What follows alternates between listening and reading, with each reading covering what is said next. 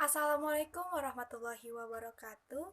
Baiklah, kami dari kelompok 4 akan mempresentasikan hasil diskusi kami yang berjudul tentang penilaian autentik yang akan disampaikan ketiga pemateri.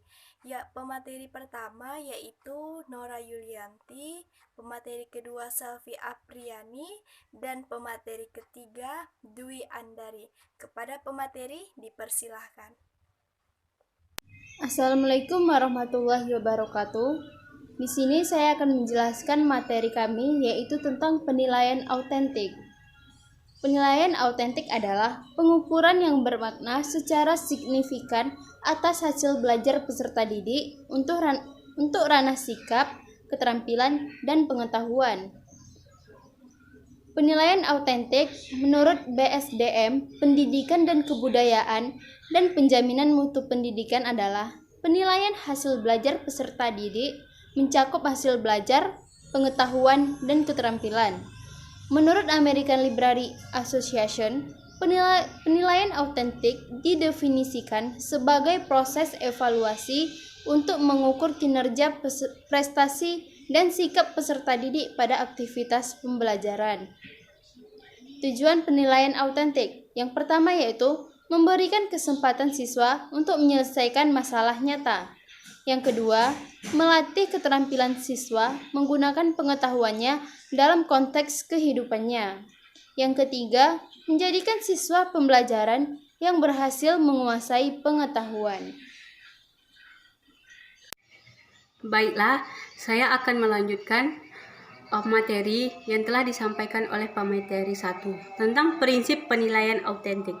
Di sini, prinsip penilaian autentik itu terbagi dengan 6, yaitu yang pertama syahih.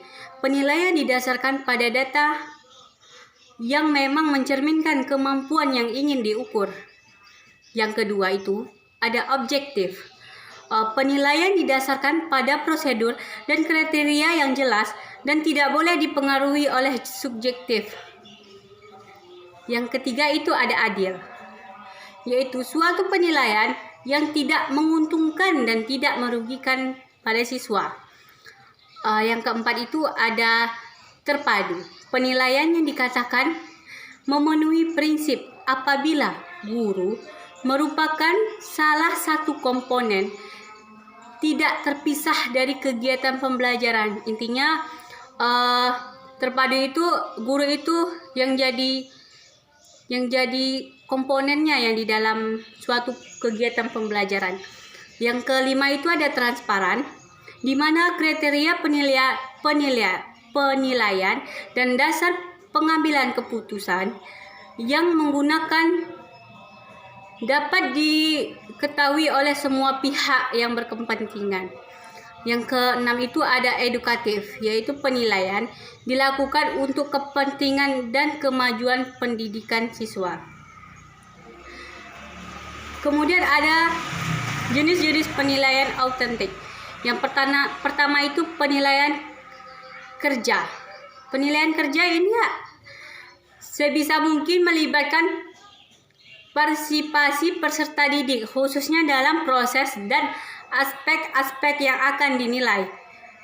Guru dapat melakukan dengan meminta para peserta didik menyebutkan unsur-unsur objek, proyek atau tugas yang akan mereka gunakan untuk menentukan kriteria penyelesaiannya.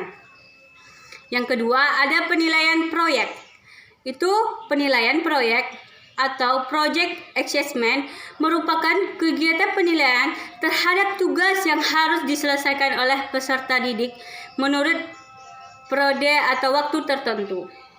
Yang ketiga ada portofolio, kumpulan hasil karya seorang peserta didik sebagai hasil pelaksana tugas kinerja yang ditentukan oleh guru atau oleh peserta didik bersama guru.